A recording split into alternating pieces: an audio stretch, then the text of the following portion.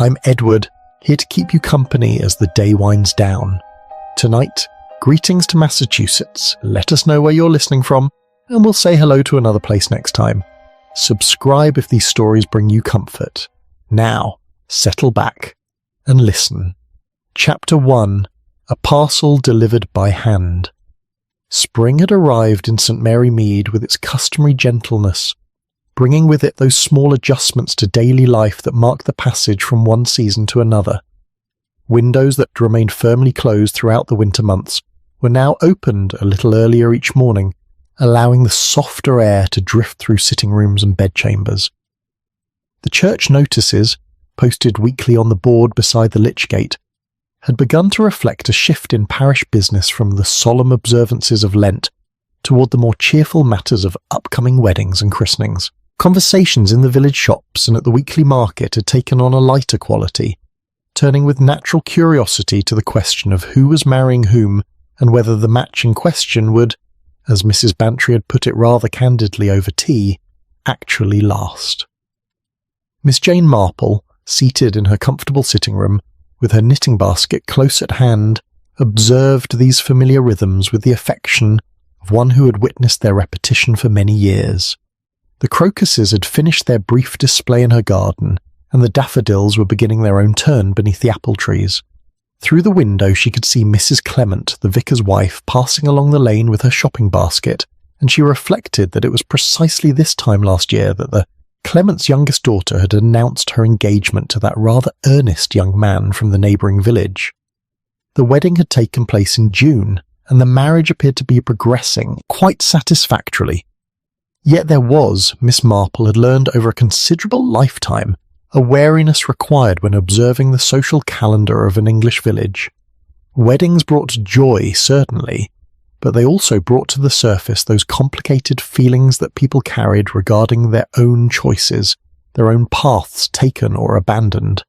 She had noticed, with the small attention she gave to such matters, that the announcement of another person's happiness could produce responses ranging from genuine warmth to something rather more guarded.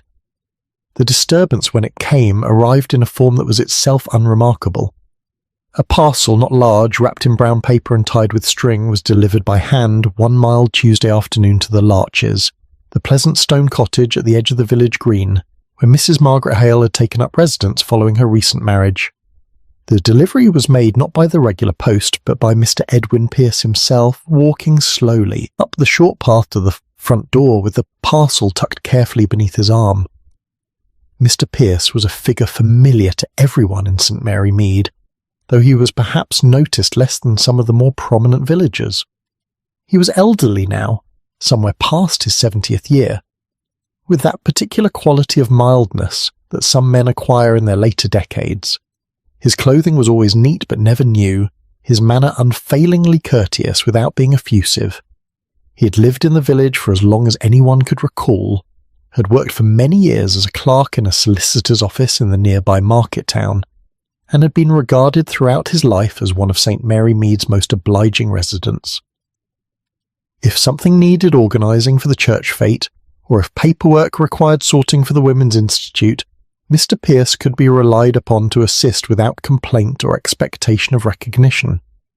He had, Miss Marple reflected when she later heard of the delivery, always been someone who performed kindnesses quietly, as though he felt it would be indelicate to draw attention to them.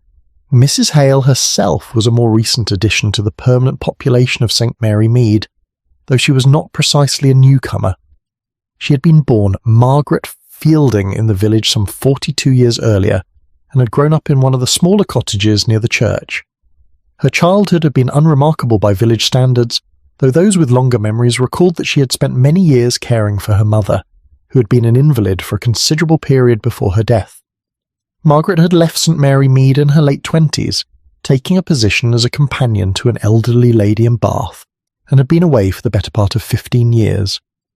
Her return and her marriage to Mr. Robert Hale, a widower of comfortable means who had recently purchased the Larches, had been noted with the mixture of interest and caution that villages reserve for those who depart and then return.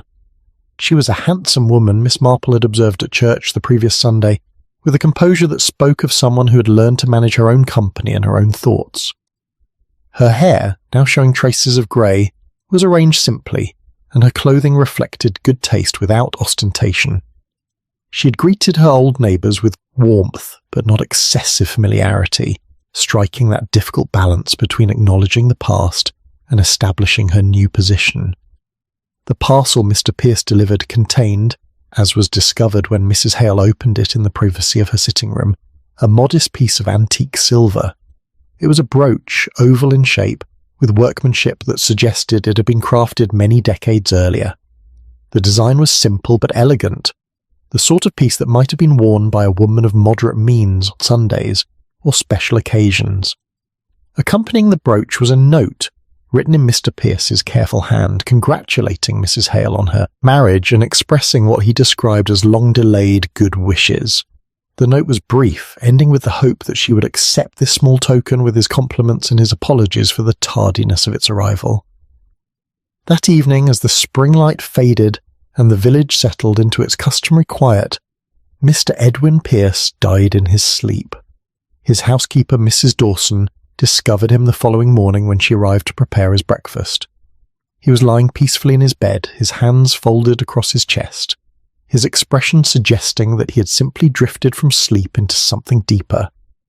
Dr. Haydock, summoned promptly, examined the body with professional thoroughness and certified the death as natural. Mr. Pierce's heart, the doctor explained to those who inquired, had simply given out. It was not unexpected in a man of his age, and there was every indication that the end had been both peaceful and without pain. Yet when the news spread through St. Mary Mead, as such news inevitably did, Miss Marple observed something curious in how it was received. Most people expressed sincere sorrow, for Mr. Pierce had been genuinely liked and would be genuinely missed. Several women mentioned that he had helped them with various small matters over the years, and the vicar spoke warmly of his faithful attendance at services and his quiet generosity to parish causes. But there were others, Miss Marple noticed, who received the news with what could only be described as a sense of relief, quickly masked but present nonetheless. It appeared, she thought, in the way certain shoulders relaxed slightly, in the particular quality of silence that followed the initial expressions of sympathy. She was considering this as she sat with her knitting the following afternoon, when Mrs. Clement stopped by for tea. The vicar's wife was a sensible woman with a practical approach to parish matters, but she possessed, as Miss Marple had long appreciated, a genuine kindness that informed her understanding of village life. "It's very sad about Mr. Pierce," Mrs. Clement said, accepting a cup of tea with milk. "Though I suppose at his age one must expect these things." Dr. Haydock said his heart simply stopped, very peaceful apparently. "Yes," Miss Marple agreed, her needles moving steadily. "He had reached an age when the body begins to make its own decisions about such matters. Still, the timing is rather pointed, don't you think?" Mrs. Clement looked up quickly. The timing? The delivery of the wedding gift to Mrs. Hale, only the day before. Miss Marple's tone was mild, as though she were remarking on nothing more significant than the weather. "One does wonder whether the effort might have been more taxing than he anticipated." "Oh, but surely walking to the Larches couldn't have been too much for him," Mrs. Clement protested. "It's not half a mile, and he'd been in good health according to Mrs. Dawson." "I was thinking less of the physical effort," Miss Marple said gently, "and more of the emotional one. Sometimes the completion of a long-delayed task carries its own particular weight." Mrs. Clement was quiet for a moment, turning her teacup in its saucer. "Mrs. Hale mentioned the brooch when I saw her at the post office this morning. She seemed quite touched by it. She said Mr. Pierce had always been very kind to her family." "Did she say anything else?" "Only that she remembered him from when she was younger. He helped her mother with various matters after her father passed away. Legal documents, I believe, and hospital arrangements when her mother became ill." Mrs. Clement paused. She seemed surprised by the gift, but grateful. Miss Marple nodded slowly, her eyes on her knitting. She was working on a small blanket for the vicar's grandchild, a pattern of soft blues and whites that required careful attention. "Gratitude," she murmured, is sometimes complicated by timing. A gift given immediately is one thing, a gift delayed for decades becomes something rather different, doesn't it? One begins to wonder not simply what is being given, but why the delay occurred in the first place. You think there was a particular reason he waited so long? I think, Miss Marple said, selecting her words with care, that Mr. Pierce was a man who carried certain obligations very seriously, and sometimes when one has carried something for a very long time, the act of finally setting it down can be more difficult than continuing to bear the weight. Through the window she could see the evening settling over St. Mary Mead, the familiar shapes of cottages and gardens softening in the fading light. Somewhere a door closed and a dog barked once, then fell silent. The village was arranging itself for the night, as it had done for countless nights before. But Miss Marple, who had learned to notice what others might overlook, found herself thinking about Mr. Edwin Pierce, who had spent a lifetime being obliging and who had chosen the very end of that lifetime to deliver a wedding gift that was decades overdue. There was something in that choice, she felt, that suggested more than simple generosity. There was something that spoke of debts, of promises, of relationships that existed beneath the surface of ordinary village life, and she wondered, as she continued her knitting in the gentle light of her sitting room, what other adjustments might follow now that Mr. Pierce had completed his final act of kindness. Chapter 2. Congratulations offered unevenly. The news of Mr. Pierce's death had made its way through St. Mary Mead by mid-morning, carried along the usual channels of communication that existed in any village of reasonable size. Mrs. Dawson, his housekeeper, had naturally mentioned it to the butcher when she stopped to cancel Mr. Pierce's weekly order, and the butcher's wife had passed the information to her sister, who served behind the counter at the post office. From there it had spread with the quiet efficiency that characterized village intelligence, reaching the furthest cottages by lunchtime. By the following afternoon, when the Women's Institute gathered for its regular meeting in the church hall, the death had been absorbed into the fabric of village conversation. The meeting itself proceeded as usual, with discussions of the upcoming summer fete and a rather spirited debate about whether the flower arrangement competition should include a category for wild blooms.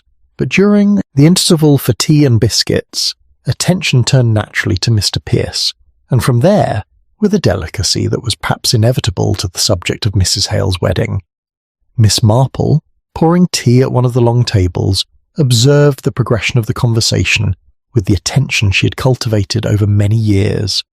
She had learned that it was often in these casual gatherings, when people believed themselves to be engaged in nothing more significant than social pleasantries, that the most revealing statements were made. Mrs. Bantry, whose directness was both her virtue and her liability, was the first to address the matter openly. She had accepted a cup of tea and was selecting a digestive biscuit when she said, with the air of someone raising an important point, "I suppose we ought to send flowers to the funeral. Mr. Pierce was always very helpful with the church accounts." "Naturally," agreed Miss Weatherby, a thin woman with a tendency toward pronouncements. "Though I must say the timing is rather unfortunate.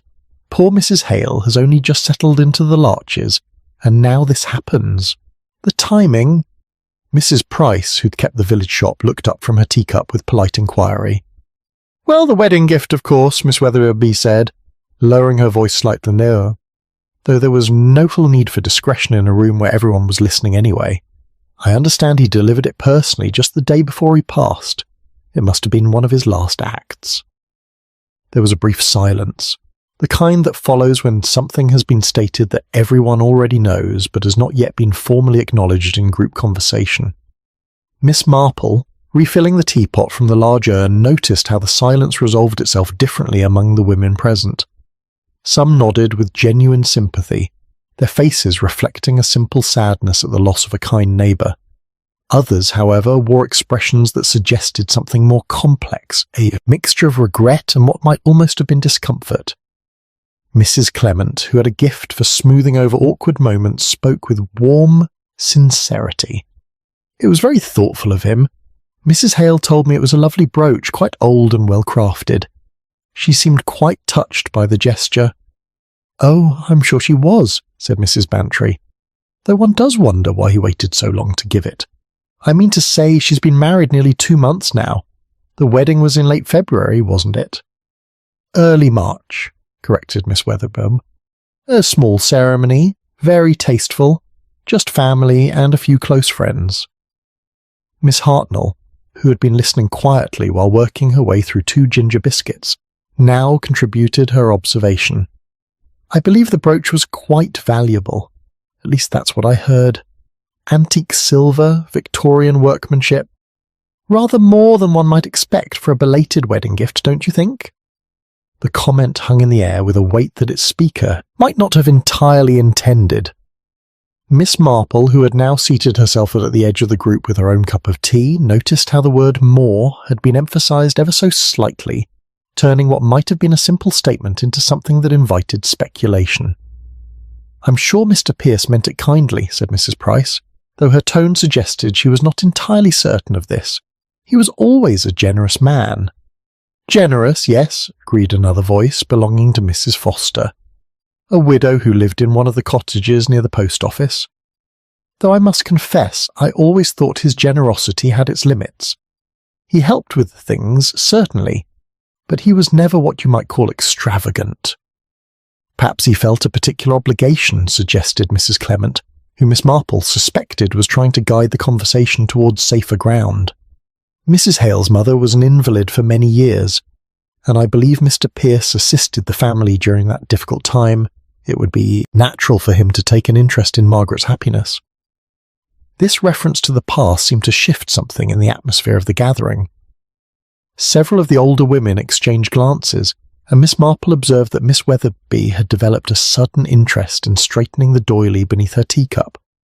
"Well," said Mrs. Bantry, who had never been one to leave a subject unexplored, "I suppose that explains it then, an old family connection, a gesture of goodwill. Though I must say, the timing does seem rather pointed. Delivering it himself the very day before he died. One almost wonders if he knew." "Knew what?" asked Mrs. Price. "That his time was coming, naturally. Dr. Haydock said it was his heart. But hearts don't simply stop without warning, do they? There must have been signs." Miss Marple set down her teacup with a gentle click against the saucer. "I believe," she said in her mild way, "that people often sense when they are approaching the end of their time, even if they don't speak of it directly. There's a certain quality to final acts, a sense of completion. One sees it particularly in the tying up of loose ends, the settling of accounts that have been left too long unresolved." The women looked at her with varying degrees of comprehension. Mrs. Clement nodded slowly, understanding in her eyes. Mrs. Bantry appeared to be considering the statement with her usual practicality. Others seemed less certain what to make of it. "You mean he felt he owed something to Mrs. Hale?" ventured Mrs. Foster. "I mean," Miss Marple said carefully, "that debts of the heart are often more complicated than debts of money, and when one has carried such a debt for many years, the final payment can require more effort than one might suppose." The conversation turned after that to other matters, to the question of the summer fete, and whether Mrs. Price might be persuaded to donate a fruitcake for the raffle. But Miss Marple noticed that the subject of Mrs. Hale and the wedding gift had not been entirely abandoned. It had simply gone underground, continuing in the glances exchanged between certain women and in the particular quality of the silences that punctuated the remaining discussion. When the meeting concluded and the women began to disperse, Miss Marple found herself walking part of the way home with Mrs. Clement. The afternoon had remained fine, and they proceeded at a comfortable pace along the lane that led past the village green. "I thought Mrs. Hale conducted herself very well at church on Sunday," Miss Clement remarked, after they had walked in companionable silence for a few minutes. "She must be feeling the loss of Mr. Pierce rather acutely, given his kindness to her family." "She appeared composed," Miss Marple agreed, "though composition, I have found, can sometimes be its own form of distress. People who have learned to manage their feelings in public are not necessarily feeling less than those who display their emotions more openly." "You think she's more affected than she shows?" "I think she's someone who has spent a good deal of her life managing difficult circumstances with dignity.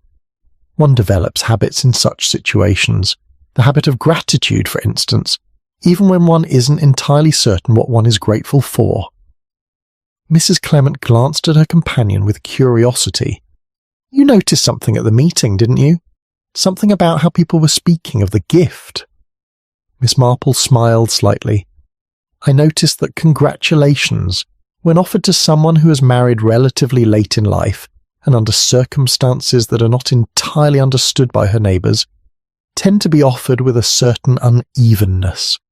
Some people were genuinely pleased for Mrs. Hale. Others seemed to feel that the wedding gift was somehow excessive or perhaps inappropriately timed. Mrs. Hartnell suggested it was rather valuable. Yes, she did, and Mrs. Foster remarked that Mr. Pierce had never been extravagant. Both true statements, I'm sure, but placed side by side they suggest a question, don't they? Why would he give something so valuable to someone he knew only as his solicitor's client's daughter? Precisely. Or rather, why would he give it now after so many years and with such particular care to deliver it personally? One gives gifts at weddings to celebrate new beginnings, but one gives gifts of completion, of settling old accounts, for quite different reasons. They had reached the point where their paths diverged, Mrs. Clement turning toward the vicarage and Miss Marple continuing on toward her own cottage. They paused for a moment in the mild sunshine, and Miss Marple adjusted her gloves with slow precision. "I suppose," Mrs. Clement said thoughtfully, "that we'll never really know what Mr. Pierce intended. He's gone, and whatever he meant to convey has gone with him." "Perhaps," said Miss Marple, "though I've found that the dead often leave clearer messages than we expect, not in what they say necessarily, but in what they do, and sometimes in what they finally give us permission to examine." She bid Mrs. Clement good afternoon and continued her walk home, her mind turning over the various observations she had gathered. The village would settle Mr. Pierce's memory into its collective history, she knew. He would be remembered as a kind man, helpful and reliable, someone who had lived quietly and died peacefully. But beneath that settled memory, like stones beneath still water, there would remain certain questions about obligation and gratitude, about gifts given and debts acknowledged. And at the centre of it all was Mrs. Margaret Hale, who had received a wedding gift decades late and had accepted it with the composed grace of someone who understood more than she was prepared to say. Miss Marple reached her garden gate and paused to examine the progress of her daffodils. They were opening nicely, she thought, their yellow faces turned toward the afternoon sun, everything in its season, everything in its time. Even revelations, she reflected, had their proper moment for blooming. The question was simply whether that moment had already arrived, or whether it was still approaching through the ordinary rhythms of village life. Chapter 3. What was once promised. The funeral took place on a Thursday morning, conducted with the quiet dignity that characterised such occasions in St. Mary Mead.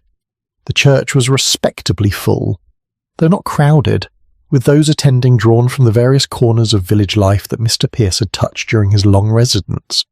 The service was simple, the hymns familiar, and the vicar's eulogy spoke of steadfastness, reliability, and a life lived in service to others without expectation of recognition.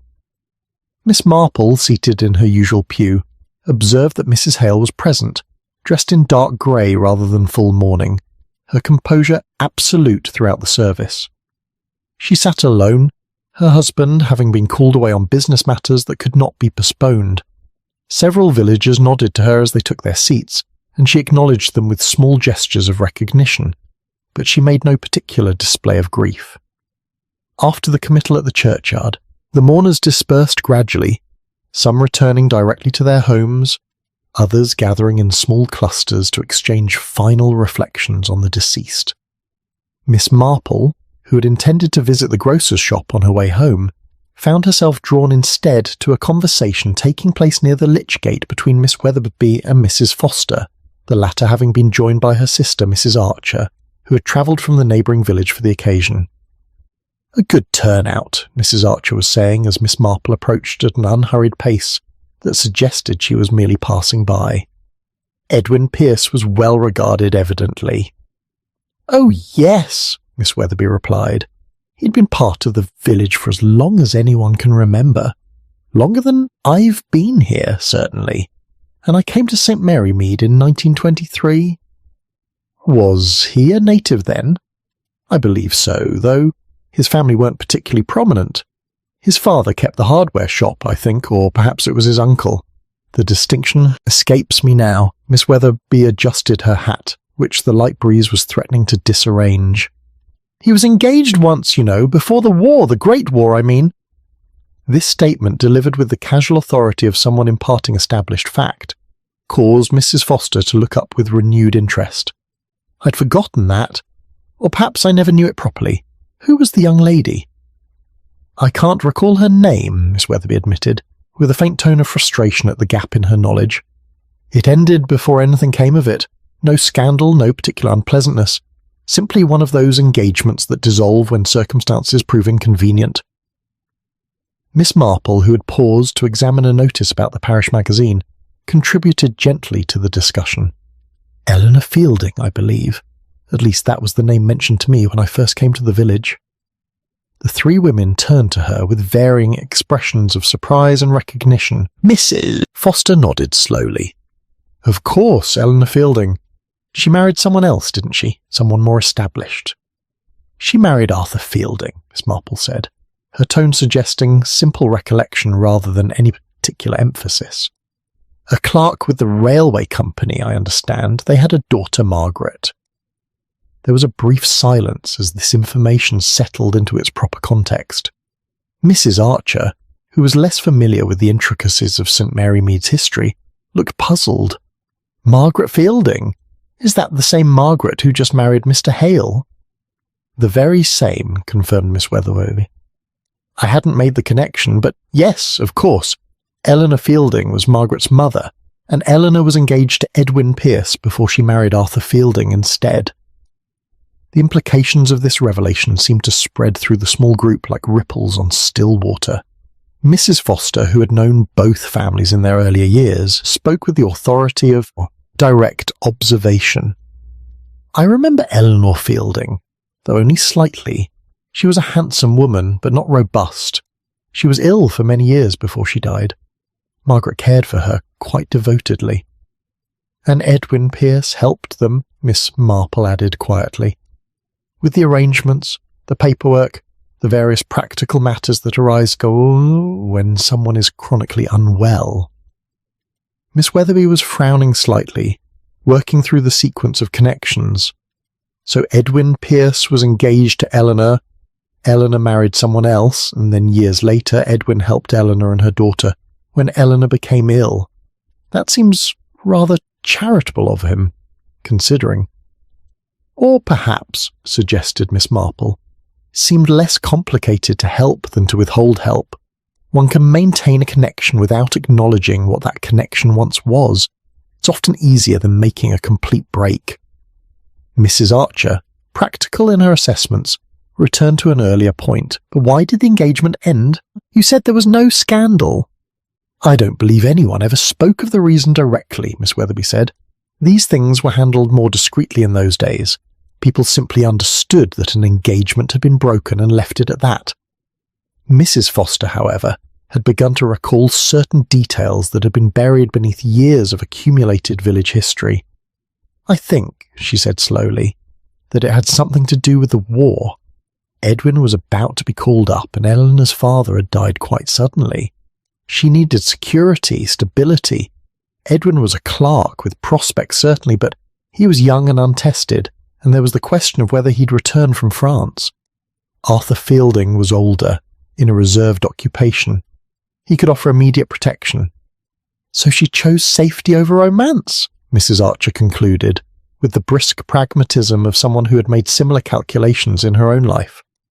Or over uncertainty, Miss Marple amended gently, which is not quite the same thing as abandoning romance, but rather accepting that romance alone doesn't always pay the rent or provide for one's future. The group fell silent for a moment, each woman considering this assessment according to her own experience. The breeze had picked up slightly, carrying with it the scent of new grass and the distant promise of rain. Around them the churchyard was emptying, the last of the mourners making their way through the gate and onto the lane beyond. "It's very sad," Mrs. Foster said finally. Edwin Pierce spending his whole life here, never marrying, helping the woman who refused him and her daughter, and then dying just after giving that wedding gift. One wonders what he thought about all those years. I imagine, said Miss Marple, that he thought about duty and kindness and the various ways one makes a life when the life one planned doesn't materialize. People are remarkably resourceful in such matters. They find purpose where they can, even if the purpose wasn't the one they originally intended. Miss Weatherby was buttoning her coat, preparing to depart. Still, it does make one think differently about the wedding gift. If he'd been attached to Eleanor all those years, watching over her daughter must have been a complicated business. Complicated, yes, agreed Miss Marple, though perhaps also necessary. Some obligations aren't chosen so much as they're recognised, and once recognised, they become part of the structure of one's life. The women parted shortly thereafter, each moving off toward her respective destination, with promises to meet again at the next Women's Institute gathering. Miss Marple continued homeward, her mind occupied with what had been revealed, and, more significantly, with what had not been said. An engagement broken before the Great War, a woman who chose security over a young man's uncertain prospects, a life of quiet assistance extended across decades to the family of the woman who had refused him. These were facts, verifiable and unremarkable in their individual elements. Villages were full of such stories, lives that had taken unexpected turns and then settled into new patterns. But the wedding gift itself, delivered personally by a man who must have known his strength was failing, suggested something beyond simple neighbourly kindness. It suggested a final accounting, a completion of something long deferred. That evening, as Miss Marple sat with her knitting and a pot of tea, she found herself thinking about Eleanor Fielding, whom she had never met but who had died some 15 years earlier. What had Eleanor thought, she wondered, when Edwin Pierce first appeared to help with her husband's funeral arrangements, or later, when he assisted with the management of her household finances during her long illness? Had she recognised the peculiarity of accepting help from the man she had once promised to marry? Or had time and circumstance rendered the past sufficiently distant that such help could be accepted as merely the kindness of an old acquaintance? And Margaret, caring for her invalid mother through those long years, had she known of her mother's earlier engagement? Had Eleanor spoken of it, perhaps during one of those lengthy periods of confinement when conversation became the primary occupation? Or had the connection remained unacknowledged, a background fact that everyone knew but no one mentioned? The broken engagement, spoken of now as sensible and unremarkable, carried nevertheless a residue of something unexamined. People recalled, Miss Marple reflected, how things ended, but they were often less certain about why they ended in precisely that way. And in the gap between the how and the why there existed space for assumptions, for half-truths, for the kind of convenient forgetting that allowed life to proceed without uncomfortable questions. She set down her knitting and looked out at the gathering darkness. The village was settling into its evening routines, lights appearing in windows, doors being latched, the day's business concluded. Somewhere in that pattern of ordinary activity, Mrs. Hale was presumably sitting in the larches, perhaps looking at the silver brooch that had been given to her with such particular timing, perhaps understanding more than she had acknowledged, perhaps understanding nothing at all. But understanding, Miss Marple had learned, often came late to such matters. The past did not always announce its relevance clearly. Sometimes it arrived wrapped in brown paper, tied with string, accompanied by congratulations that were decades overdue. And sometimes, she thought as she resumed her knitting, the weight of what had been promised and then withdrawn could be carried for a lifetime, growing no lighter with the years, waiting only for the final moment when it could be set down at last. Chapter 4, The Visit Everyone Remembered Differently. Spring progressed into its fuller expression, bringing longer days and the kind of weather that encouraged people to spend more time in their gardens and less time indoors. The hedgerows were thick with new growth, and the village children had begun to play on the green in the evenings after school, their voices carrying across to the cottages that bordered the common land. Life in St. Mary Mead continued its measured progression, absorbing the loss of Mr. Pierce into its collective memory, while moving forward with the practical concerns of the present. Miss Marple, attending to her roses one morning, found herself in conversation with her gardener, old Mr. Binns, who had been tending gardens in the village since before the Great War. He was a taciturn man generally, but on this particular morning he seemed inclined towards speech, perhaps because the weather was fine and the work not overly taxing. Saw poor Mr. Pierce the day before he passed, Mr. Binns remarked, straightening slowly from his examination of a particularly promising rosebush. Walking up to the larches with that parcel under his arm, moved careful, like a man who knew his legs weren't what they once were. Miss Marple, who had been considering whether the Canterbury bells required division, looked up with polite interest. Did he seem unwell? No more than usual for a man his age. Determined, I'd say, more than anything.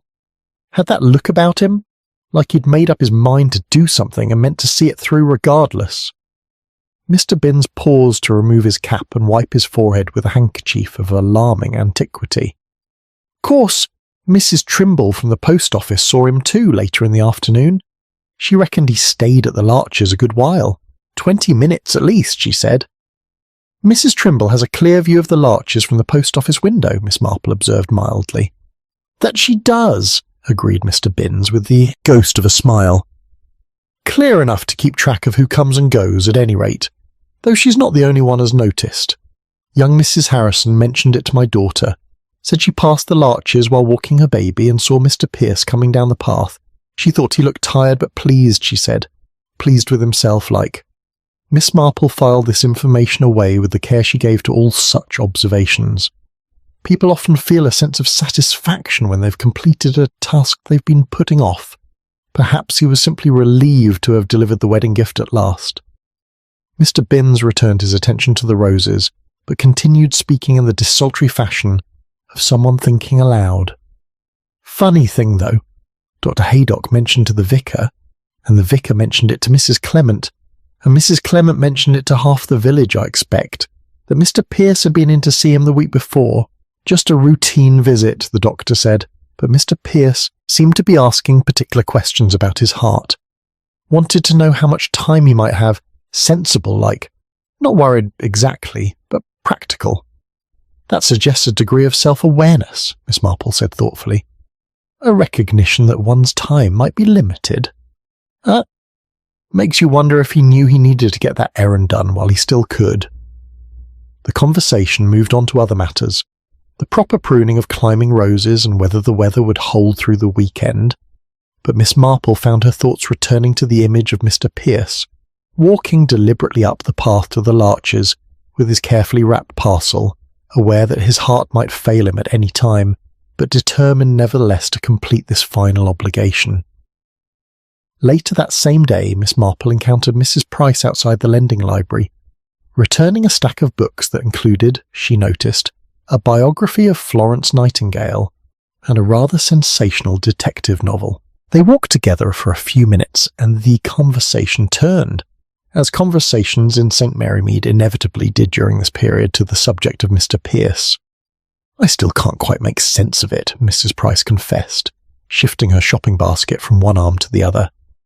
The way he took such trouble over that wedding gift. My husband saw him that afternoon, coming back from the Larches, said he looked almost peaceful. Serene was the word Tom used, though it's not like him to be poetic about such things. Perhaps he had achieved something that gave him peace, suggested Miss Marple. That's what I thought at first, but then Mrs. Bantry told me something curious. She'd been visiting a friend who lives on the same lane as the Larches, and she happened to see Mr. Pierce arriving. She said he stood at the gate for quite some time before he went up to the door, as if he was gathering his courage. That doesn't sound like a man on a simple errand of kindness, does it? That sounds like someone doing something difficult. Miss Marple considered this. Kindness can be difficult, particularly when it involves acknowledging something that has remained unspoken for many years.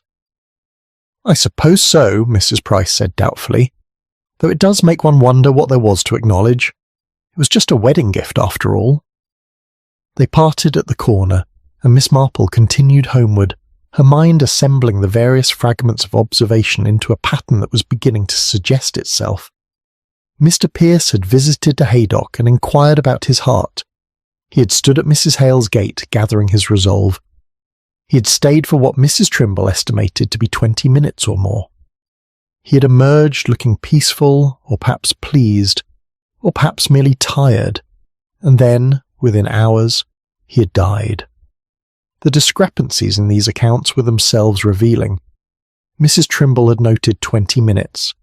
Mrs. Harrison had seen him looking pleased. Mr. Price had used the word serene. Mrs. Bantry had observed hesitation in the gathering of courage. Each witness had seen something slightly different, had emphasized different elements of the same event. This, Miss Marple knew, was how memory worked, particularly when memory was filtered through individual temperament and expectation. Mrs. Trimble, who noticed duration, had marked the time. Mrs. Harrison, young and romantic, had seen satisfaction. Mr. Price, steady and practical, had perceived serenity. Mrs. Bantry, who had a taste for drama, had detected internal struggle. Yet all of them had witnessed the same visit, the same man completing the same task. The truth, Miss Marple reflected, was not that any of them was wrong, but rather that the visit itself had contained all these elements: hesitation and resolution, difficulty and satisfaction, strain and ultimate peace. The following afternoon, Miss Marple had occasion to call upon Mrs. Hale herself. The visit had been arranged some days earlier, before Mr. Pierce's death, as part of the customary social round that involved welcoming recent brides into the established patterns of village life. Miss Marple brought with her a small jar of her own quince preserve, which she knew to be well regarded, and arrived at the Larches at precisely 3:30. Mrs. Hale received her graciously, showing her into a sitting-room that had been furnished with taste but without ostentation. The windows overlooked a pleasant garden that was beginning to show signs of recent attention. Tea was served with the proper formality, and the initial conversation covered the expected topics: the settling into the house, the progress of the garden, mutual acquaintances in the village. It was only when they had reached the comfortable stage of second cups that Miss Marple ventured, with the gentleness that characterized her approach to delicate matters, to mention Mr. Pierce.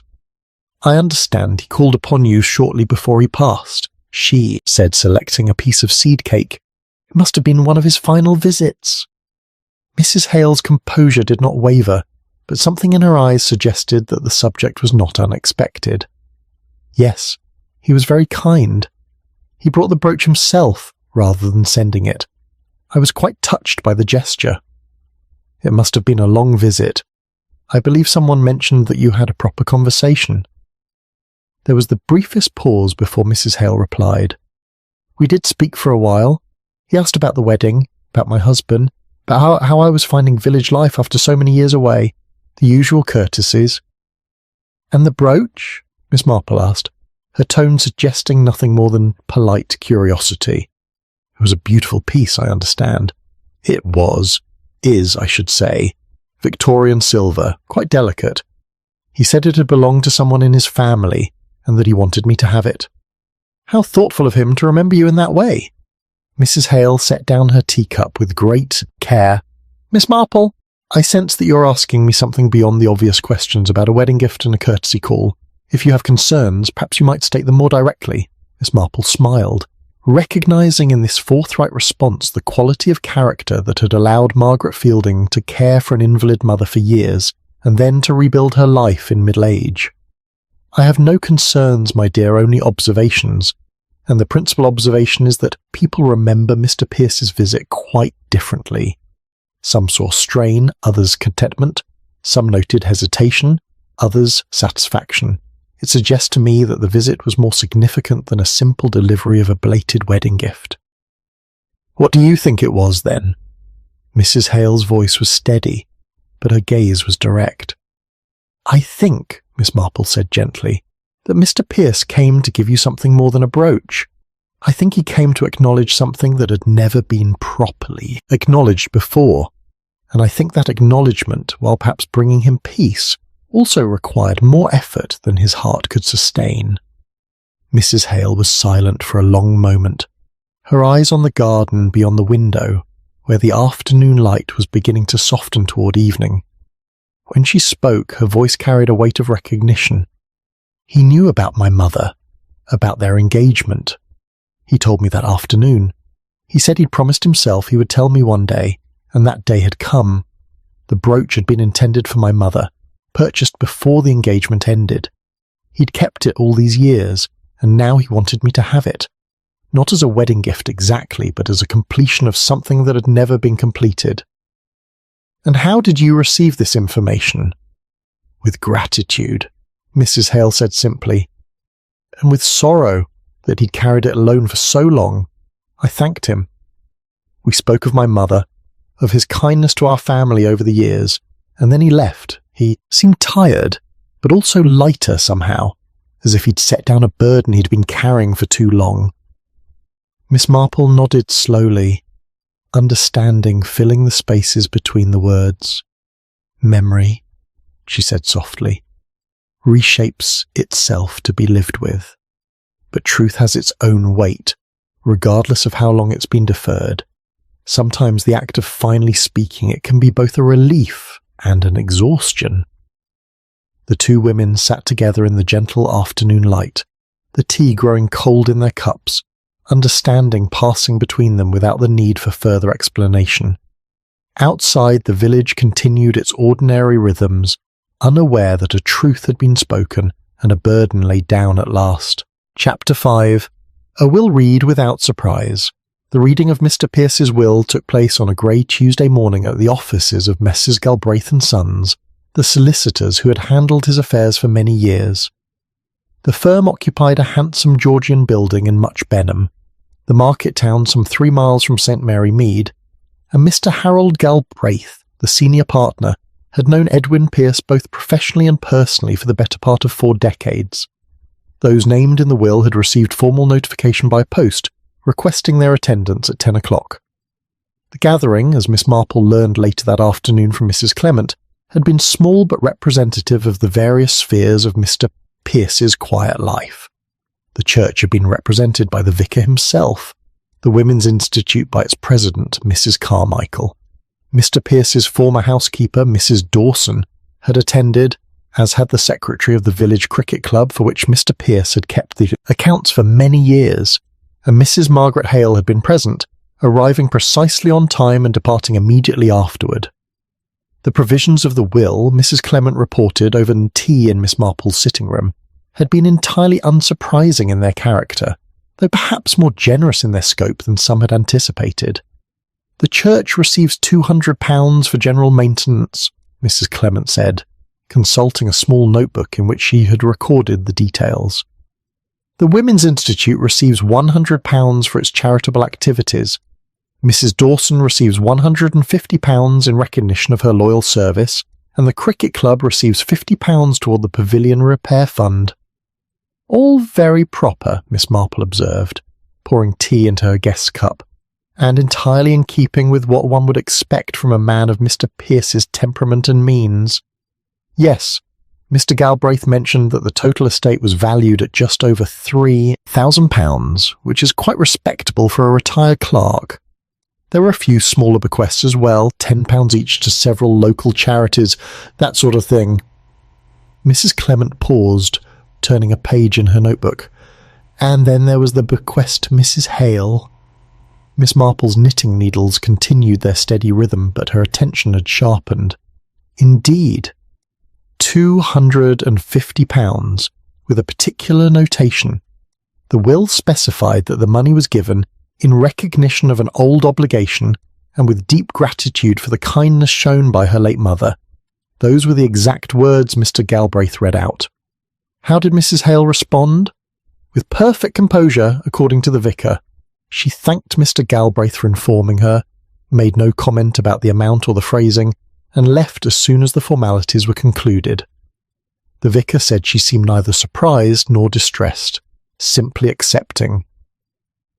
Miss Marple considered this as she added milk to her own. Tea. The absence of surprise is often more telling than its presence. It suggests that one has been expecting something, or at least has understood that something of this nature might occur. You think Mrs. Hale knew she would be mentioned in the will? I think she understood, after Mr. Pierce's visit and his revelations about the past, that he had been managing what he considered a debt, and debts, when one is of Mr. Pierce's generation and character, are settled through wills as well as through words. Mrs. Clement stirred her tea thoughtfully. The vicar mentioned that Mr. Galbraith seemed rather moved by the whole proceeding.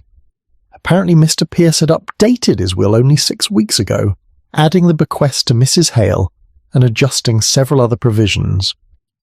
Mr. Galbraith said he'd tried to persuade Mr. Pierce to rest before signing the documents, that he seemed fatigued, but Mr. Pierce insisted on completing everything that same afternoon.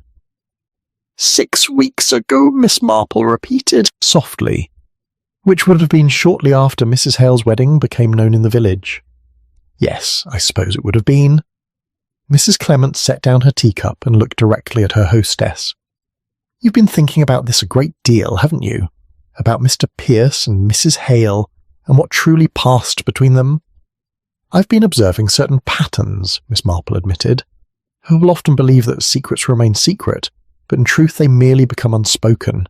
The facts themselves persist, visible to anyone who cares to notice them.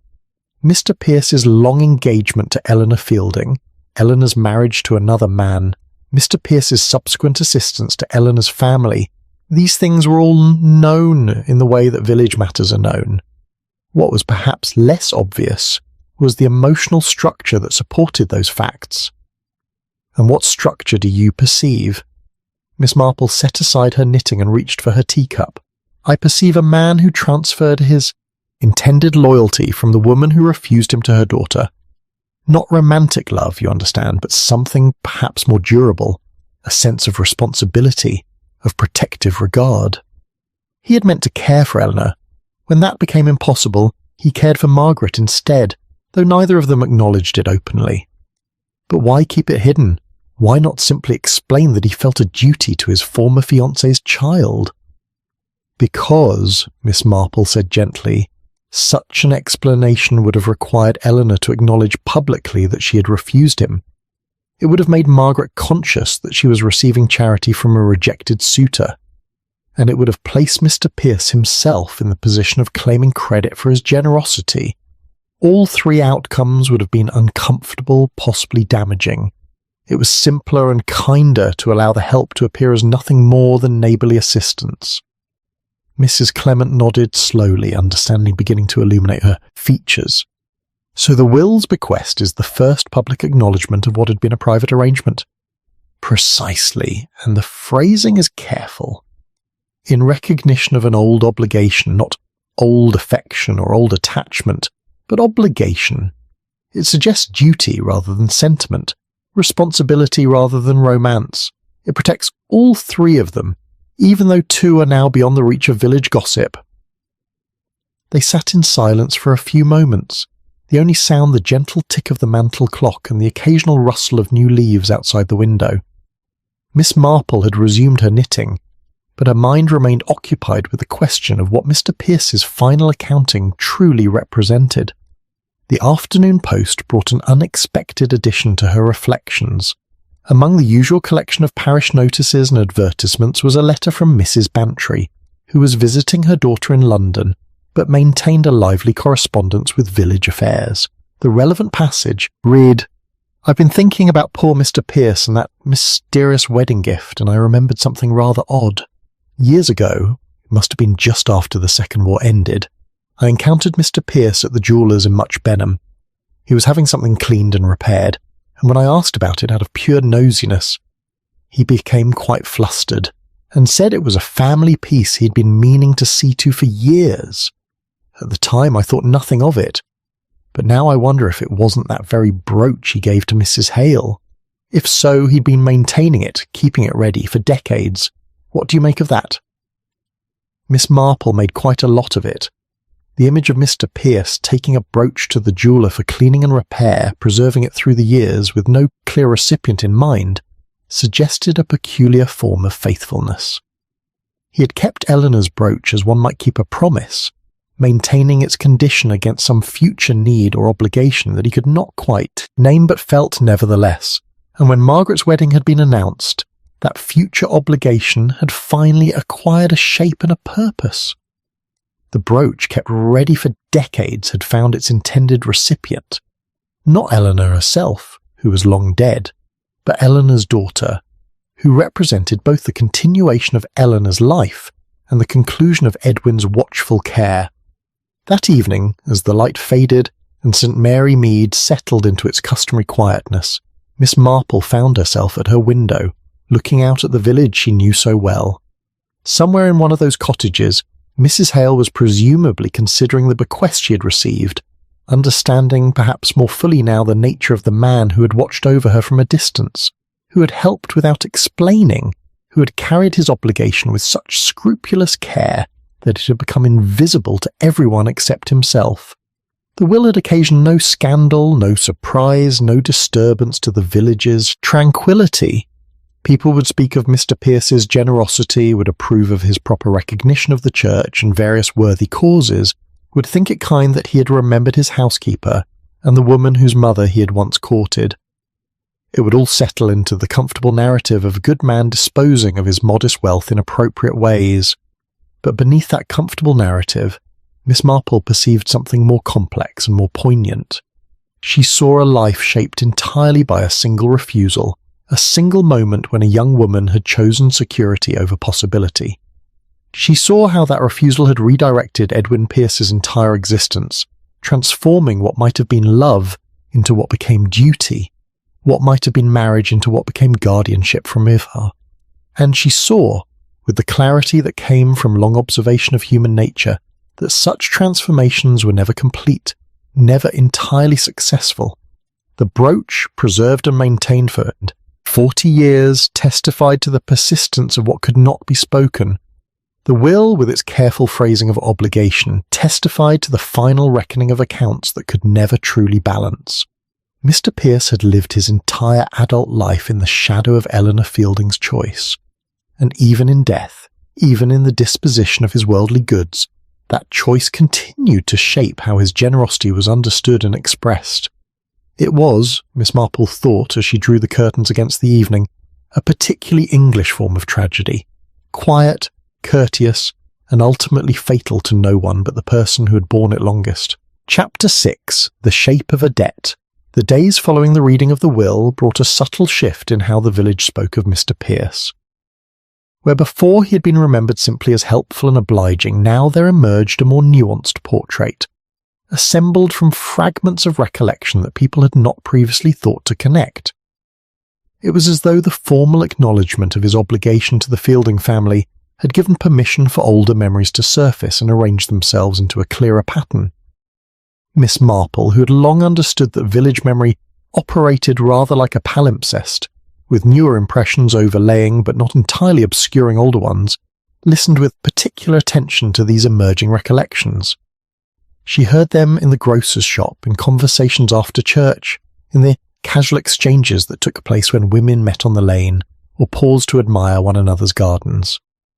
Mrs. Dawson, the former housekeeper, proved an unexpectedly rich source of information. She had worked for the Mr. Pierce for 15 years before his death, coming 3 mornings a week to clean and prepare his midday meal, and she possessed the particular knowledge that domestic service conferred. A housekeeper, Miss Marple knew, observed the small details of a person's life, the letters that arrived, the telephone calls that were made, the appointments that were kept with unusual regularity. Miss Marple encountered Mrs. Dawson at the baker's, where both had stopped to purchase bread, and the conversation that followed, conducted partly in the shop and partly while walking along the high street, proved illuminating. "I've been thinking about Mr. Pierce," Mrs. Dawson said, adjusting the shopping basket on her arm. "About all those years I worked for him. He was a very private man, kept his personal matters to himself, but there were things one couldn't help noticing." "One observes without intending to," Miss Marple agreed. "It's simply the nature of being in someone's household regularly." "Exactly so. And what I noticed, particularly in the early years of my service, was how often Mr. Pierce had dealings with the Fielding family. Not obvious dealings, you understand. He never called at the cottage when I was there. But there were papers he'd work on in the evenings, documents with Mrs. Fielding's name on them, and once a month, regular as clockwork, he'd walk over to their cottage with a small envelope. This was before Mrs. Fielding died, when Margaret was still caring for her. Did you know what the envelope contained? Mrs. Dawson shook her head. He never said, and it wasn't my place to ask, but I assumed it was money. Help with the household expenses, perhaps, or payment for medical supplies. Mrs. Fielding's illness was lengthy and must have been expensive. Did Mr. Pierce seem burdened by this arrangement? That's just it, he didn't. He seemed to regard it as perfectly natural, something that required no explanation or justification. It was simply part of his monthly routine, like paying his own bills or attending the parish council meeting. Mrs. Dawson paused, her expression thoughtful. Though there was one occasion I remember, when something seemed to trouble him. They had reached the corner where their paths would diverge, but Mrs. Dawson appeared in no hurry to part, and Miss Marple was content to wait for the remainder of the story. It was perhaps 8 or 9 years ago, Mrs. Dawson continued. Margaret had taken that position in Bath as companion to an elderly lady. She'd been gone several months, and one morning I found Mr. Pierce at his desk, staring at a letter. He looked quite lost, if you understand my meaning. I asked if anything was wrong, and he said, in that quiet way of his, that Miss Fielding had written to thank him for his assistance over the years, and to say that she no longer required it. She was settled in her new position, earning a proper wage, and felt it was time to stand on her own feet. How did he respond to this? He seemed both pleased and melancholy. Pleased that she was independent, melancholy that his help was no longer needed. He wrote back immediately. I posted the letter myself, and I suspect he told her she must always consider him available should circumstances change. But from that point forward, the monthly visits stopped. There were no more papers to review, no more small envelopes to deliver. Miss Marple absorbed this information with the care she gave to all pieces of a developing picture. Yet he maintained his interest in her welfare. Oh yes, he'd ask after her whenever anyone mentioned having news from Bath. And when Mrs. Fielding's anniversary came round each year, the anniversary of her death, I mean, he'd go to the churchyard and place flowers on the grave. Not elaborate arrangements, just simple blooms from his own garden. He never missed a year, right up until he became too frail to manage the walk. They parted shortly thereafter, Mrs. Dawson heading toward the cottage, where she now worked for a retired schoolmaster, and his wife, Miss Marple, continuing homeward with her bread and her thoughts. The image of Mr. Pierce delivering monthly envelopes for years, then accepting the cessation of this duty with mingled pleasure and sorrow, added depth to what she already understood about his character. That afternoon brought an unexpected visitor. Miss Marple was in her garden deadheading the early roses, when she heard the gate latch and looked up to see Mrs. Hale approaching along the path. She was dressed simply in a spring frock of pale blue, and she carried a small package wrapped in tissue paper. "I hope I'm not intruding," Mrs. Hale said, her manner composed but not stiff. "I wanted to thank you for your kindness when we spoke the other day, and I thought you might like to see this." She handed Miss Marple the package, which proved to contain the silver brooch. In the afternoon light, the workmanship was indeed remarkable. Delicate scrollwork surrounding a small garnet, the silver mellowed with age, but carefully maintained. "It's very beautiful," Miss Marple said, examining it with genuine appreciation. "Mr. Galbraith, the solicitor, provided some additional information when I called at his office yesterday," Mrs. Hale said. "I wanted to understand more about the bequest, and about Mr. Pierce's relationship with my mother. Mr. Galbraith knew them both, you see, from the time before my mother's marriage." "And what did he tell you?" "He told me that Mr. Pierce had handled certain legal matters for my mother after my father died. Nothing complicated, just the probate of father's small estate and the arrangement of mother's widow's pension. But Mr. Pierce refused to accept any payment for his services. He said it was a personal matter, not a professional one, and that he was happy to help an old friend." Mrs. Hale sat down on the garden bench that Miss Marple indicated, smoothing her skirt with hands that were perfectly steady. "Mr. Galbraith also mentioned that when my mother's illness worsened, Mr. Pierce came to him and arranged a small trust. Nothing large, perhaps £50 initially, supplemented with modest regular additions. The income from this trust paid for a portion of Mother's medical expenses and household needs.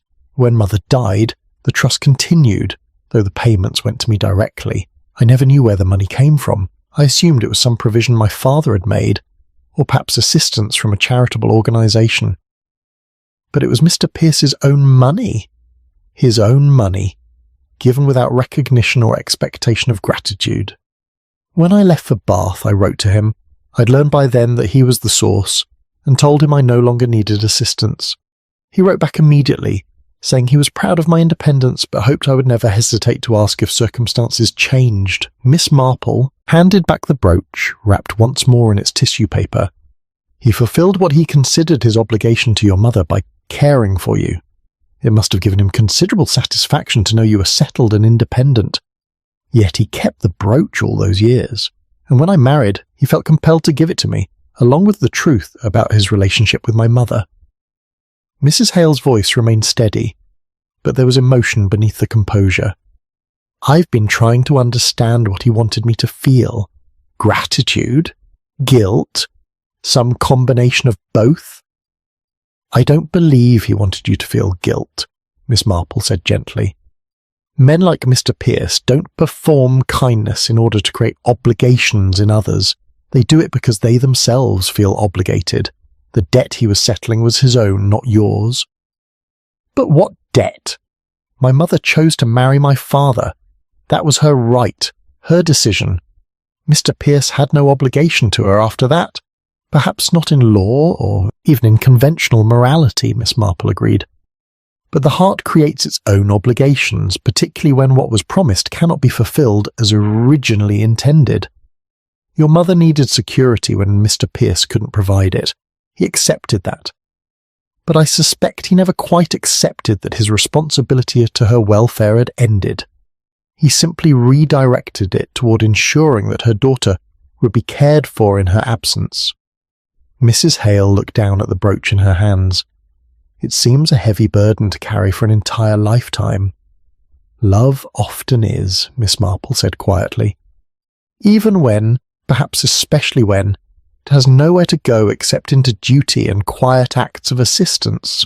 They sat together in the garden for some time after that, speaking of smaller matters and eventually of nothing at all, simply sharing the peaceful afternoon. When Mrs. Hale finally departed, she left behind an impression of someone who was beginning to understand the full weight of what she had inherited, not merely money and silver, but the knowledge of a devotion that had persisted across decades, asking nothing, giving everything, and disappearing so thoroughly into the ordinary fabric of life that it had been almost invisible. Miss Marple returned to her roses, but her mind remained occupied with the shape of Mr. Pierce's debt.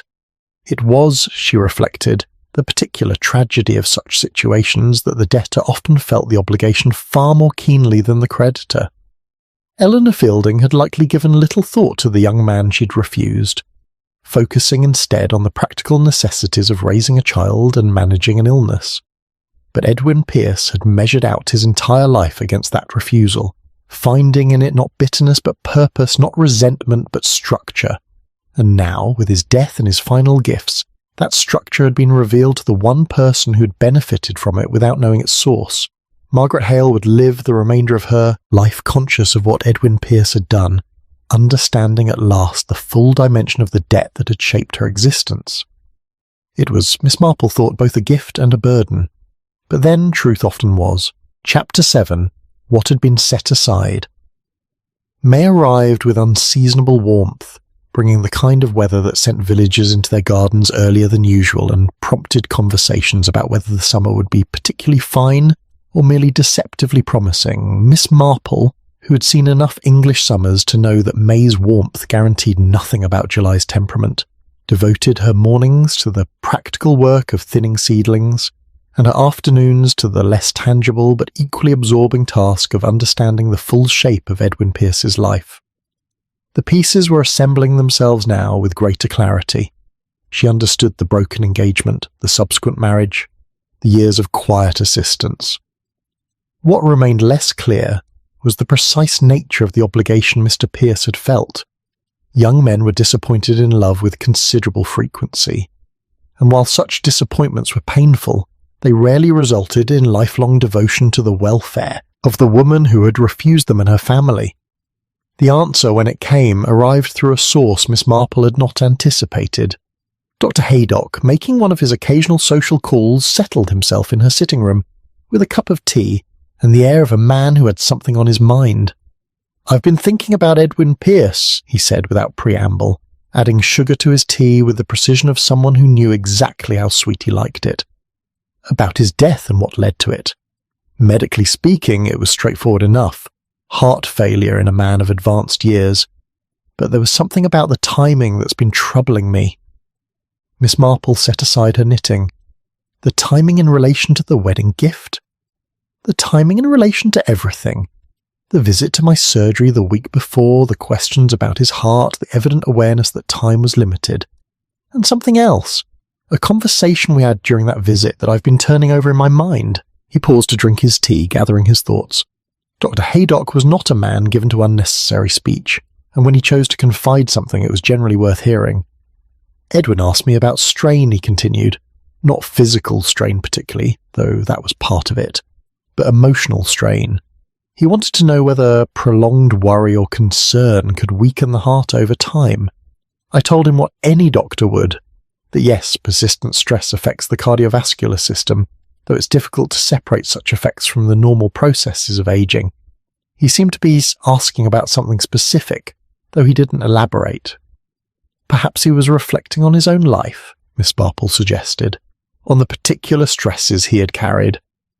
That's what I assumed at the time. But then, after his death, I was going through some old records, routine organisation, nothing related to Edwin specifically, and I came across something I'd forgotten. Medical records from the early 1920s, when I'd just taken over the practice from my predecessor. There was a note about Eleanor Fielding, then Eleanor Warren, seeking medical advice. Miss Marple's attention sharpened.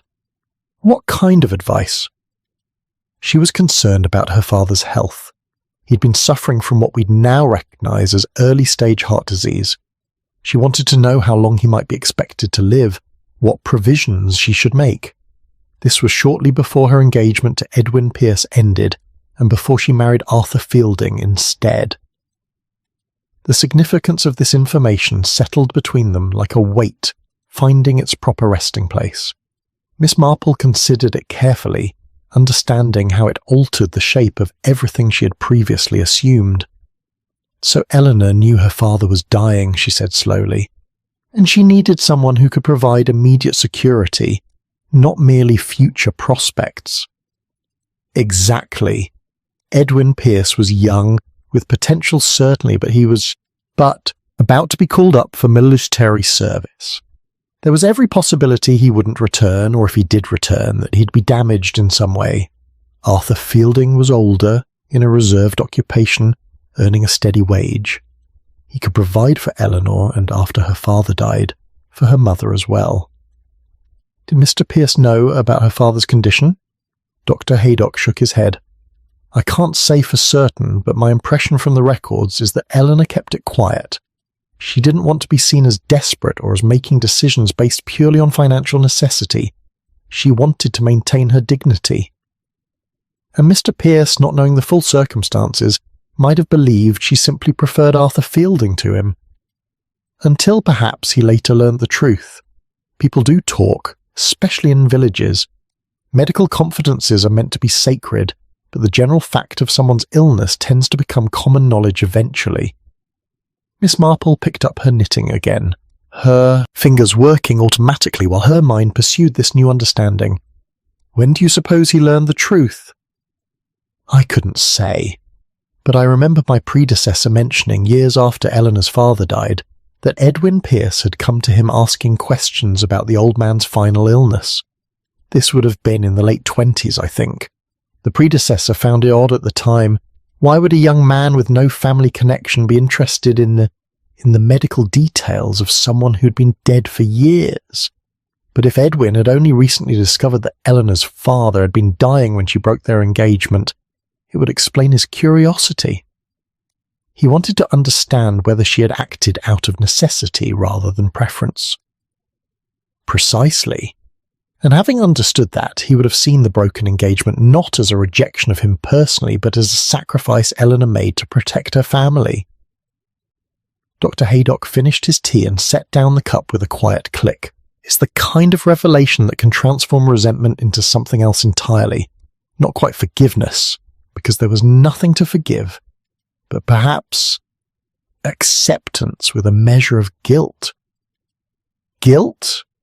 Miss Marple looked up from her knitting. For having misunderstood her motives, for having perhaps thought badly of her when she'd been acting from duty rather than indifference. That kind of guilt can be remarkably persistent, especially in someone of Edwin's temperament. After Dr. Haydock departed, Miss Marple sat for a long while in her chair, her knitting forgotten in her lap. The new information had reoriented everything, turning what she had understood as unrequited devotion into something more complex and more poignant. Edwin Pierce had not spent 40 years pining for a woman who had chosen another man over him. He had spent 40 years atoning for having misunderstood her choice, for having failed to recognize the impossible position she had been in when he learned the truth that Eleanor had not rejected him, but had instead made a terrible, necessary calculation between love and survival. His response had been to transfer to her daughter the care and protection he would have given Eleanor herself had circumstances permitted. It was not the loyalty of a spurned lover, but the reparation of someone who felt he had judged unfairly. Eleanor had needed security, and he had not been able to provide it. By the time he was established enough to have offered that security, she was already married, already burdened with an invalid husband and a young daughter. The opportunity to care for her in the way he had originally intended had passed. But the opportunity to care for Margaret remained. The brooch, kept and maintained for decades, represented not just Eleanor's memory, but Edwin's long-delayed understanding of her sacrifice. It was meant for her, purchased for her, but she had never received it because circumstances had intervened. By giving it to Margaret, he was completing the gesture 40 years late, acknowledging at last what Eleanor had needed to do, and what he had finally belatedly comprehended. Miss Marple rose and went to the window, looking out at the village in its afternoon tranquillity. Somewhere in this orderly collection of cottages and gardens, Mrs. Hale was presumably going about her day, adjusting to married life, perhaps wearing the brooch occasionally, perhaps still processing what it represented. The tragedy, Miss Marple reflected, was that Eleanor herself had never known of Edwin's understanding. She had died believing, perhaps, that she had disappointed him, that he had thought less of her for choosing Arthur Fielding's security over his affection. She had never received his forgiveness because she had never known she needed it, and Edwin had carried that knowledge alone, unable to explain it to the woman who might have been comforted by the explanation. What had been set aside then was not merely a brooch or an engagement, but a truth that might have brought peace to both parties if it had been spoken in time. Eleanor had sacrificed love for duty. Edwin had eventually understood that sacrifice and honoured it through his care for Margaret. But the understanding had come too late for Eleanor to benefit from it, and so it had accumulated over the years, transforming from insight into obligation, from obligation into purpose. The whole structure of Edwin Pierce's adult life had been built on correcting a misunderstanding that only he knew had existed. He'd given generously to Margaret not because he loved Eleanor still, though perhaps he had in his way, but because he owed Eleanor the recognition that she had made the right choice for the right reasons, and that his younger self had been too hurt and too proud to see it clearly. The evening brought a light rain, the kind that fell gently on new leaves and settled the dust on the lanes. Miss Marple, preparing her supper, found herself thinking of the various ways people carried their regrets, their misunderstandings, their belated revelations. Some, like Mr. Pierce, transformed them into decades of quiet generosity. Others allowed them to curdle into bitterness or fade into indifference. But in either case, the past did not remain neatly in the past. It persisted, shaping choices and directing energies until finally, through death or confession, or simply the passage of sufficient time, it released its hold and allowed the truth to emerge. Mr. Pierce's truth had emerged in pieces, through a will, through a brooch, through conversations and memories that assembled themselves into understanding. And now that truth was known, at least to those who had cared enough to look for it. The question that remained was what Margaret Hale would do with that knowledge, whether she would carry it as Edwin had carried his understanding of Eleanor's choice, or whether she would find some way to set it down and move forward unburdened. That, Miss Marple reflected as she drew the curtains against the rain, was a question only time would answer. Chapter 8. The Kindness That Endured. The village flower show, scheduled for the second Saturday in May, proceeded with its customary mixture of enthusiasm and mild competitiveness. Tables were arranged in the church hall displaying roses in various stages of perfection, vegetable marrows of impressive dimensions, and arrangements of spring blooms that ranged from charmingly rustic to almost professional in their execution. Miss Marple, who had entered a small collection of her sweet peas, found herself serving as one of the judges for the children's categories, a responsibility she discharged with diplomatic care. It was during the interval for refreshment, when the serious business of judging had concluded and the attendees could relax with tea and cake, that she found herself in conversation with Mr. Robert Hale. She had met him only briefly before at church and once at the post office, but he had seemed a thoughtful man, reserved in manner but not unfriendly. He was some years older than his wife, perhaps in his middle 50s, with the bearing of someone accustomed to professional responsibility. "Margaret speaks very highly of you," he said, accepting a cup of tea from the table where Miss Marple was helping to pour. "She values the conversations you've had regarding Mr. Pierce and the circumstances surrounding his bequest." "Your wife has been most gracious in sharing her reflections," Miss Marple replied. "Such matters are often difficult to discuss, particularly with relative strangers." "You're hardly a stranger to her, I think, not in any meaningful sense." Mr. Hale added milk to his tea with precise movements. "She's told me the full story now, about her mother's engagement to Mr. Pierce, about his years of assistance, about the brooch and what it represented. It's helped me understand certain things about my wife that had puzzled me." "Oh?" "Her independence, for one thing. Her reluctance to accept help, even when it's freely offered. I'd thought it was simply her character, and perhaps it is, but now I see it's also a response to having received so much help without understanding its source or its cost." He paused, looking around the hall where villagers were examining the prize cards and discussing the judges' decisions. She lived for years not knowing that the modest trust supporting her was Mr. Pierce's creation. When she discovered it, she immediately sought to refuse further assistance. That took considerable courage, I think, to turn away help when one genuinely needs it. "It suggests a strong sense of self-reliance," Miss Marple agreed. "And perhaps also a desire not to be beholden to anyone, even for kindness." "Especially for kindness," Mr. Hale corrected gently. "Debts of gratitude can be more constraining than debts of money. One can repay money, but how does one repay years of quiet generosity?"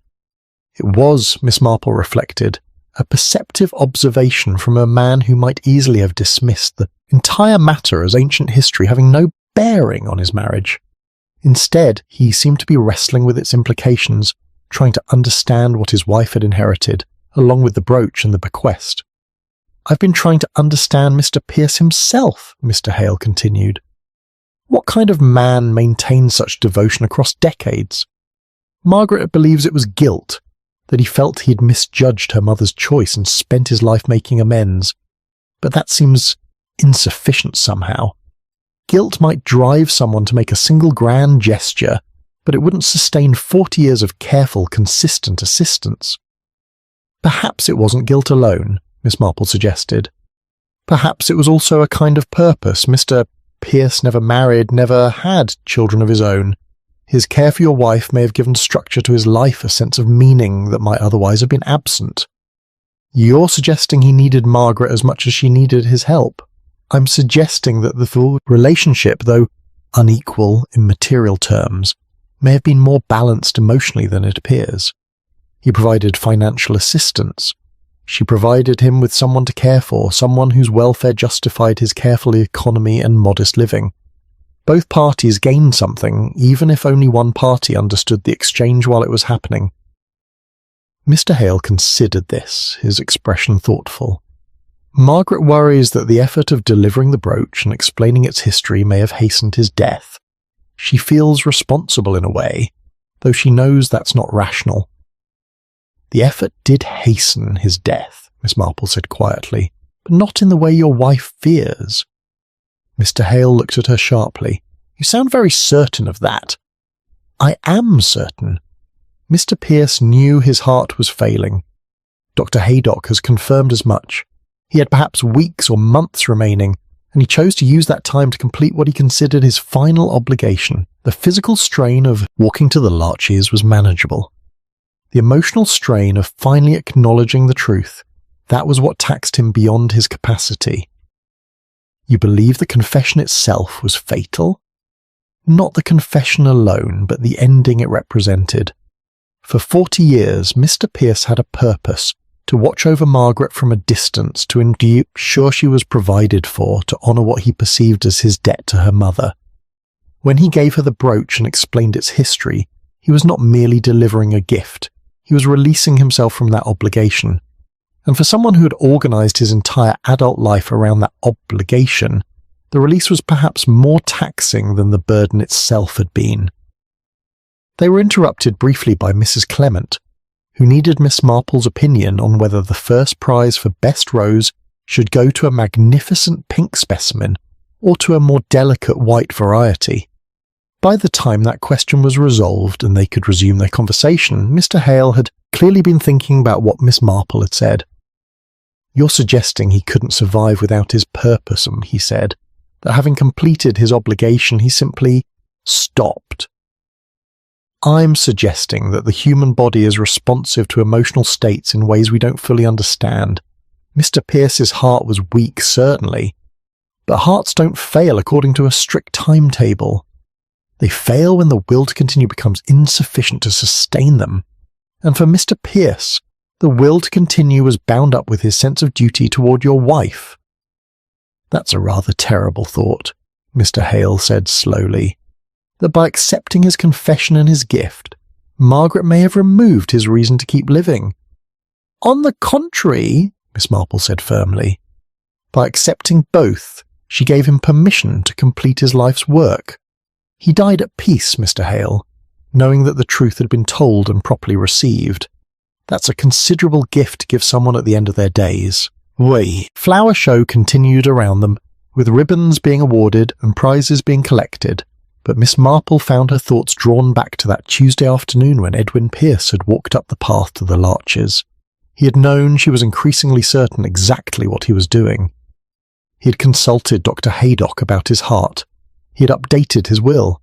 He had prepared himself, both practically and emotionally, for the final act of a life spent in service to an obligation that most people would have abandoned years earlier. The visit itself must have required extraordinary effort, not the physical effort of walking half a mile, though at his age, and in his condition that would have been taxing enough, but the emotional effort of breaking a silence he had maintained for 4 decades. To tell Margaret about her mother's engagement, about Eleanor's impossible choice, about his own belated understanding and subsequent devotion, these revelations would have demanded a courage that had perhaps been accumulating over all those years, waiting for the right moment to manifest itself. And Margaret's wedding had provided that moment. It had given him a socially acceptable reason to deliver the brooch, a framework within which the deeper truths could be conveyed.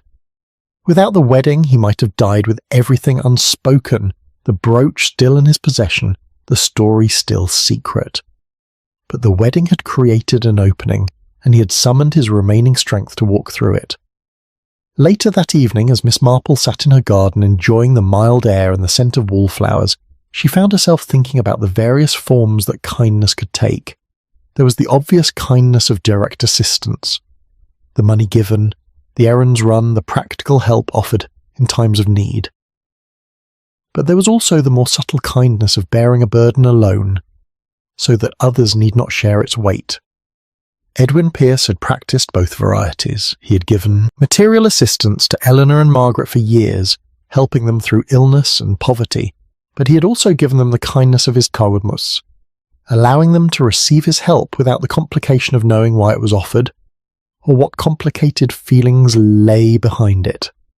Only at the very end had he broken that stillness, and even then he had chosen his moment carefully. Margaret was married, settled, secure in ways that Eleanor had never been secure. She had the emotional resources to receive the truth and process it without being overwhelmed by obligation or guilt.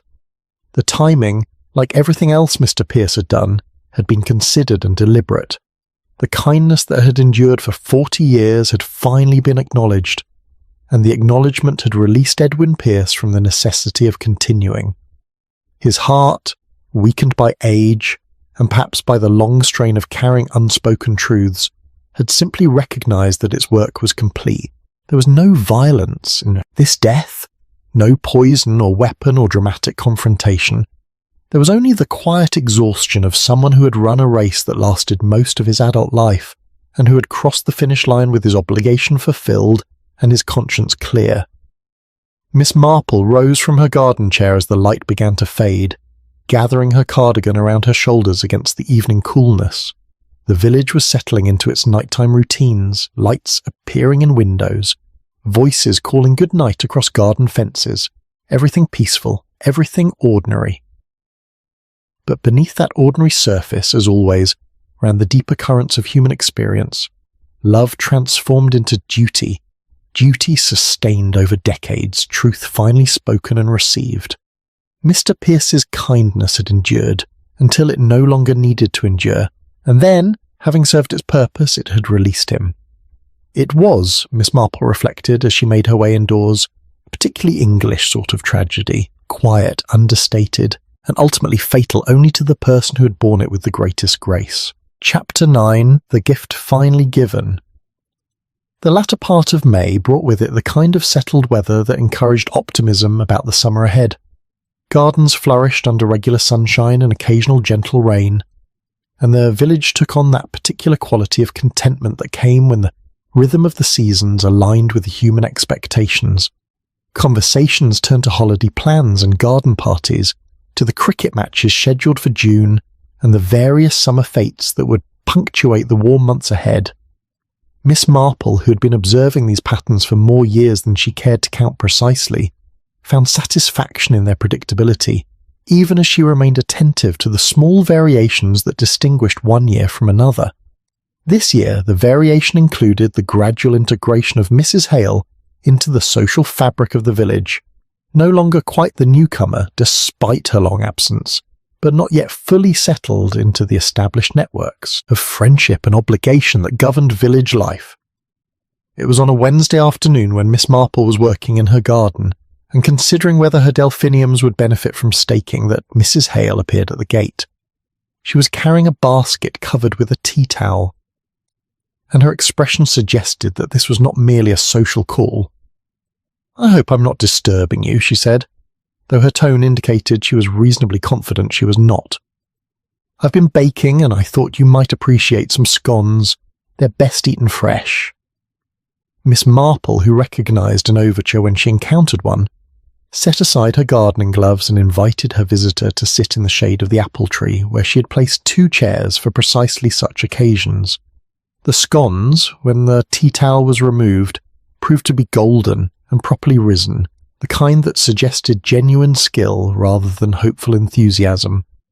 "Your mother taught you to bake," Miss Marple observed, fetching plates and butter from the kitchen while Mrs. Hale arranged the scones on a serving dish that had been provided along with the chairs.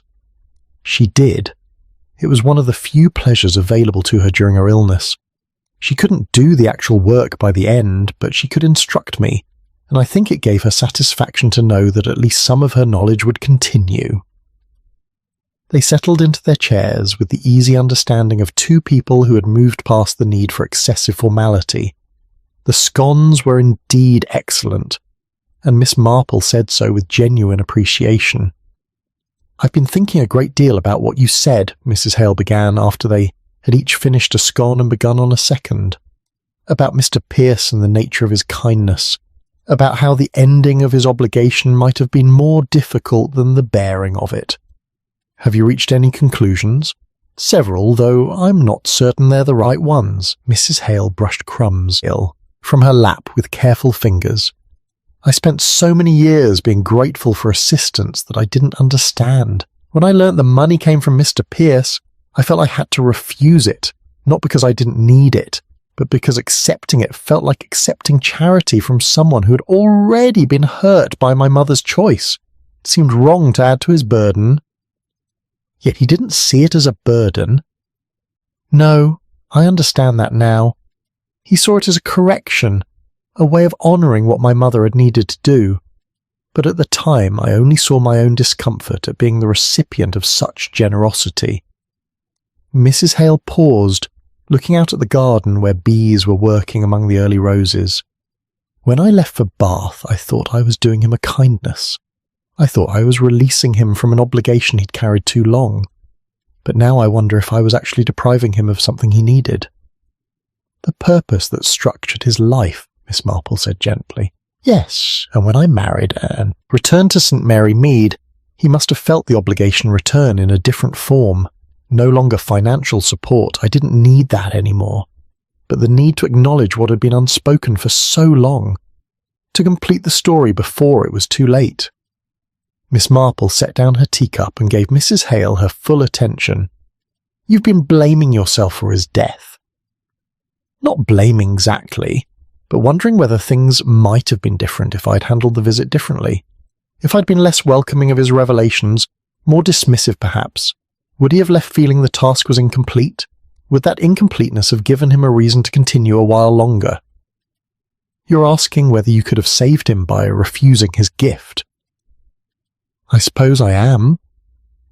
Miss Marple considered her response with care.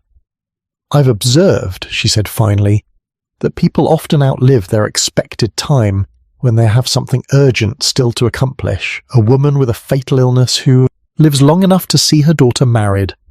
A man with a weak heart who persists until his business affairs are properly settled. The will to complete what matters can sustain us beyond what medical science predicts. But the inverse is also true. When the urgent matter is completed, when the final duty is discharged, the will to continue may simply evaporate. You're saying he died because he'd finished what he needed to finish. I'm saying he died because you gave him permission to finish it. By receiving his confession with understanding, by accepting the brooch with grace, by recognizing what he was trying to tell you, you allowed him to complete his life's central work, and having completed it, his heart had no further reason to struggle against its own weakness. Mrs. Hale was silent for a long moment. When she spoke again, her voice carried less distress and more contemplation. My husband said something similar. He said I'd given Mr. Pierce a gift at the end, the gift of being truly seen and understood, that after 40 years of silent service he'd finally been acknowledged. Your husband is a perceptive man. He is, though I think he's also trying to comfort me, to ease my sense of responsibility. She smiled slightly. I'm not always good at accepting comfort. One of the consequences, perhaps, of having spent so many years providing it to my mother without receiving much in return. Yet you're here, accepting tea and conversation and the gentle suggestion that your guilt is misplaced. Perhaps I'm learning. Mrs. Hale reached for the basket and removed something wrapped in tissue paper. The brooch, Miss Marple realized. I've been trying to decide what to do with this, whether to wear it, keep it put away, or perhaps even donate it to a museum where its craftsmanship might be properly appreciated. And what have you decided? To wear it occasionally, not every day. That would feel like making a display of something that was meant to be private. But for church, perhaps, or for special occasions, as a way of acknowledging Mr. Pierce's gesture without being overwhelmed by it. Miss Marple nodded her approval. That seems wise. The brooch was meant for your mother, but it has come to you, treating it as an ordinary piece of jewellery, beautiful but not sacred. honours both its history and its present reality. That's what I thought, and I've decided something else as well. Mrs. Hale rewrapped the brooch and returned it to her basket. The money from the bequest, I'm going to use it to establish a small trust for village children who need assistance with educational expenses. Not a large fund, but enough to help 1 or 2 children each year. It seems appropriate somehow. Mr. Pierce spent his life helping one child, me, without acknowledgement. I'd like to help others in a way that acknowledges his example. He would appreciate that, I think. It transforms his private generosity into something public and ongoing. It also transforms my inheritance from something purely personal into something useful. I can't repay Mr. Pierce directly, but I can pass along the principle of his kindness. Mrs. Hale stood smoothing her skirt and preparing to depart. Thank you for listening to all of this. I know it must seem rather self-indulgent, all this examination of motives and meanings. Not at all, Miss Marple assured her. Understanding why people act as they do is never self-indulgent. It's simply the work of being human and trying to live thoughtfully. After Mrs. Hale had gone, leaving behind the basket of scones with instructions that Miss Marple must keep them, Miss Marple returned to her garden. The delphiniums did indeed need staking, and she attended to the task with the methodical care it required, her mind only partly occupied with the practical work. Mrs. Hale had reached an understanding, she reflected. Not complete understanding, that might require years yet, but sufficient understanding to move forward without being paralysed by guilt or overwhelmed by obligation. She had accepted the gift Mr. Pierce had given her, both the material brooch and the immaterial truth, and she had found a way to honour both without being consumed by either. That was, Miss Marple thought, perhaps the best possible outcome. Mr. Pierce's story would not end with his death, but would continue through Mrs. Hale's thoughtful stewardship of his legacy. The trust she planned to establish would help children he would never meet, in circumstances he could never have predicted. His kindness would extend beyond his own life, transformed from private assistance to public good, and the brooch, worn occasionally at church or at special gatherings, would serve as a quiet reminder that love, even when it could not take the form originally intended, could still find expression across decades, across generations, across the complicated terrain of human obligation and affection. The gift had finally been given in all its complexity, and it had been received in all its difficulty. What remained now was simply the living with it, the gradual integration of this new knowledge into the ordinary fabric of daily existence. Miss Marple finished staking the delphiniums and stood back to admire her work. The tall spires of blue flowers stood straight now, properly supported against the summer winds that would inevitably come. Sometimes, she reflected, that was all one could do, provide proper support and trust that what one had planted would grow toward its own natural conclusion. The afternoon shadows were lengthening across the garden, and the birds had begun their evening chorus. Somewhere in St. Mary Mead, Mrs. Hale was presumably going about her afternoon, perhaps putting away the brooch, perhaps thinking about how to structure the educational trust, perhaps simply enjoying the ordinary pleasures of married life in a pleasant village during a fine spring, and somewhere, if such things could be known, Edwin Pierce was perhaps resting more peacefully, his burden finally shared, his truth finally told, his gift finally given to someone who would treasure it for what it truly represented. Not just silver and garnets, but love transformed into something more durable than romance could ever have been. Chapter 10. After the ribbon was untied, June arrived with the confidence of a season that knew its own worth, bringing long evenings and the kind of warmth that made outdoor activities not merely possible, but preferable to remaining indoors. The village cricket team began its matches on the green, the sound of leather on willow carrying across to the cottages, where windows stood open to catch whatever breeze might offer relief from the afternoon heat. The roses reached their peak, and conversations at the post office turned to the question of whose garden would be opened for the church's annual garden tour. Miss Marple, observing these seasonal progressions from her usual vantage point, noted with quiet satisfaction that life in St. Mary Mead had returned to its customary rhythms.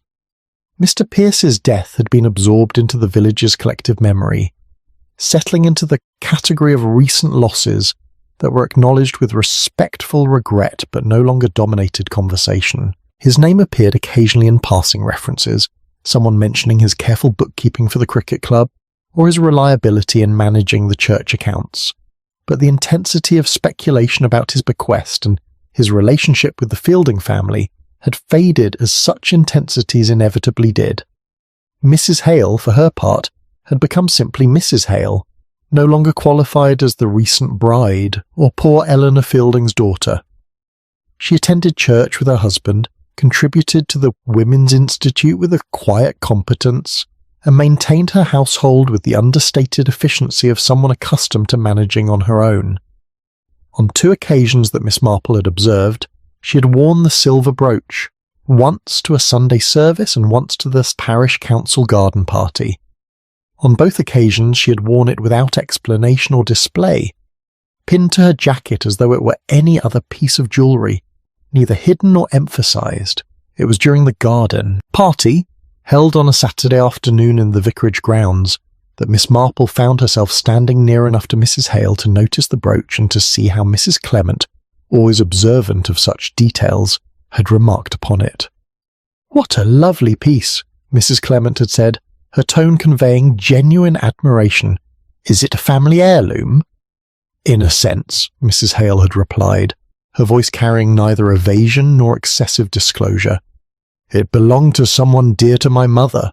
I wear it to remember them both." Mrs. Clement had accepted this answer without further inquiry, and the conversation had moved on to other topics. Miss Marple, listening from her position near the refreshment table, had approved of the exchange. Mrs. Hale had found the appropriate level of truth, enough to honour the brooch's history without burdening casual acquaintances with its complications. The garden party itself was a success, blessed with fine weather and well attended by villagers who appreciated the vicar's wife's skill with herbaceous borders. Miss Marple, who had contributed a basket for the raffle and had been prevailed upon to judge of the children's treasure hunt, found herself with occasional moments of leisure to observe the various interactions unfolding around her. She noticed Mr. and Mrs. Hale standing together near the rose arbour, engaged in conversation with Dr. Haydock about his plans for a holiday in Scotland. She observed how naturally they fitted together, how Robert Hale's hand rested lightly on his wife's shoulder, how Margaret Hale's posture suggested contentment rather than the careful composure she had displayed in the weeks immediately following Mr. Pierce's death. Whatever private reckonings she had needed to make, they appeared to have been completed.